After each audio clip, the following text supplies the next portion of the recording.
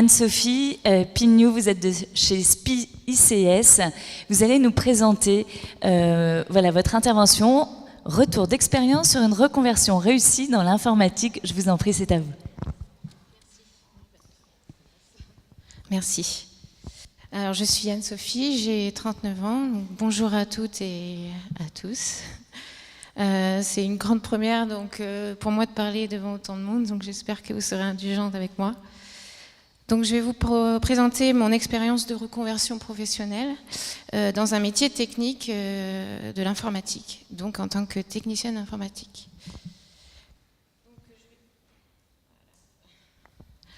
Je vais commencer par revenir un petit peu sur mon parcours. Donc ça a commencé au lycée et il fallait que je choisisse une orientation. Et on m'a surtout poussée vers le bac S parce que c'était soi-disant la voie royale qui ouvrait toutes les portes. Donc bon, j'ai eu mon bac S et je ne savais pas vraiment ce que je voulais faire comme métier. Donc je me suis un peu cherchée. Et portée un peu par les clichés, je pense aujourd'hui que j'ai été vers un BTS assistant de gestion parce que voilà, les femmes sont souvent secrétaires ou dans l'administratif. Donc j'ai eu mes premières expériences et mes premiers métiers pendant quelques années dans l'administratif. Et puis un jour, j'avais l'impression de ne pas m'épanouir, j'étais pas vraiment à ma place. Donc j'ai fait un bilan de compétences pour essayer de trouver ce que j'aimerais vraiment faire. Et à ce moment-là, le bilan a révélé des appétences et des aptitudes plutôt pour des métiers d'aide et d'accompagnement. De l'écoute de l'autre et autre cliché, assistante sociale, tiens, pourquoi pas, je pense à Stéphanie, et pas EduxP, voilà, donc j'ai foncé, je me suis dit oui, ça peut être pour moi, j'ai foncé, j'ai passé les concours et j'ai eu plusieurs concours et je suis venue sur Bordeaux justement. Donc ça a été une super expérience, franchement c'est un métier très fort, mais voilà, moi j'avais pas les épaules pour supporter autant de difficultés et de misère au quotidien. Donc j'étais pas encore vraiment à ma place, ça m'a valu une période de réflexion, de questionnement, de doute, ça s'est pas fait en quelques semaines. Mais à ce moment-là, je suis tombée sur l'annonce de SPI ICS qui recherchait des techniciens informatiques. Et il mettait en avant des valeurs plutôt portées sur l'humain, donc ça m'a beaucoup parlé. Il cherchait surtout des savoir-être, donc le sens de l'écoute, le goût du relationnel, les capacités d'analyse aussi, et c'est déjà des choses que j'avais dans mon CV puisque j'avais acquis tout ça tout au long de mon parcours. Et puis ils acceptaient les débutants, donc même si je n'avais aucune connaissance technique, avec une formation proposée en plus, je me suis dit oui, pourquoi pas, j'aime l'informatique, pourquoi je le ferais pas? Et je me suis pas encore posé vraiment la question de la femme dans le métier. Mais quand je suis arrivée aux entretiens, on a eu des entretiens collectifs tout d'abord, je me suis remarqué qu'il n'y avait que 4 femmes sur une quinzaine de personnes. Donc je me suis quand même posé la question, pourquoi? Est-ce que c'est vraiment un métier que d'hommes? Et lors des entretiens, les recruteurs de SPI ont mis un point d'honneur à vouloir féminiser le métier. Donc ça m'a assez rassurée et durant l'entretien individuel qui a suivi, le recruteur a surtout cherché à savoir si j'étais motivée, si j'avais les bonnes réflexions, on va dire les bonnes analyses avec une mise en situation technique. Bon, il s'est bien aperçu que effectivement je n'avais vraiment aucune connaissance technique, mais ça l'a pas empêché de me recruter. Et on est parti pour 2 mois et demi de formation assez intense, C'est un dispositif de recrutement professionnel qui est avec Pôle emploi, un organisme de formation et l'entreprise. Donc 2 mois et demi avec des matières techniques, mais pas que, on a eu aussi du français, ça remet les choses bien en place.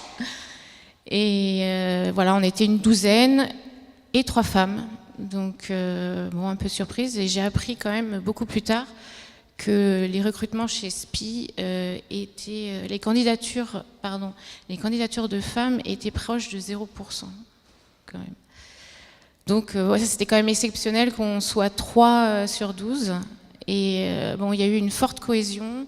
C'était vraiment des profils différents, très hétérogènes. On se complétait beaucoup. Donc ça a été vraiment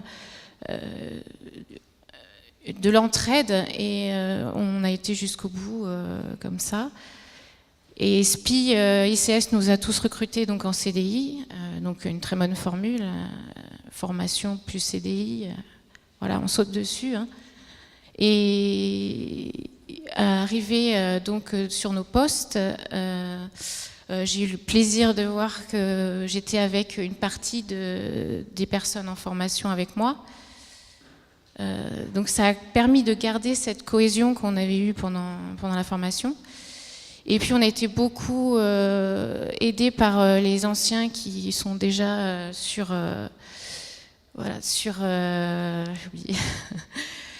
qui sont déjà chez le client depuis plusieurs années. Donc ils nous ont aidés pendant quelques semaines à prendre nos marques. Et puis j'ai volé. J'ai un souci avec le micro. J'ai volé. Voilà. J'ai volé de mes propres ailes et là je me suis aperçue que vraiment il y avait aucune femme dans les services techniques. Donc ouais, ça m'a valu quand même certaines questions. Je me suis dit mais pourquoi ?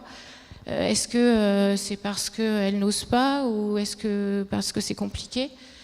Technicienne informatique. Donc bon, et puis j'ai eu que des surprises, enfin des regards surpris des personnes quand j'arrivais, mais ça a toujours été assez positif quand j'arrive avec le sourire et la motivation.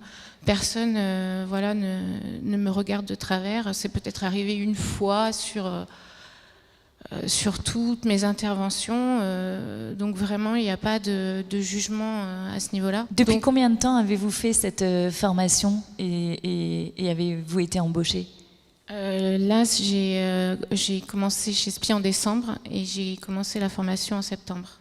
Et maintenant que vous êtes dedans, est-ce que vous comprenez pourquoi il y a peu de femmes ou au contraire, justement, ça vous a fait découvrir une nouvelle vision de cet univers et où vous avez trouvé votre place ? Je pense que les femmes comme moi n'y ont pas pensé parce que étonnamment c'est pas dans l'inconscient collectif, c'est pas dans les habitudes. Je pense qu'il y a un cliché quand même à ce niveau-là que l'homme est technicien, mais il n'y a pas de raison.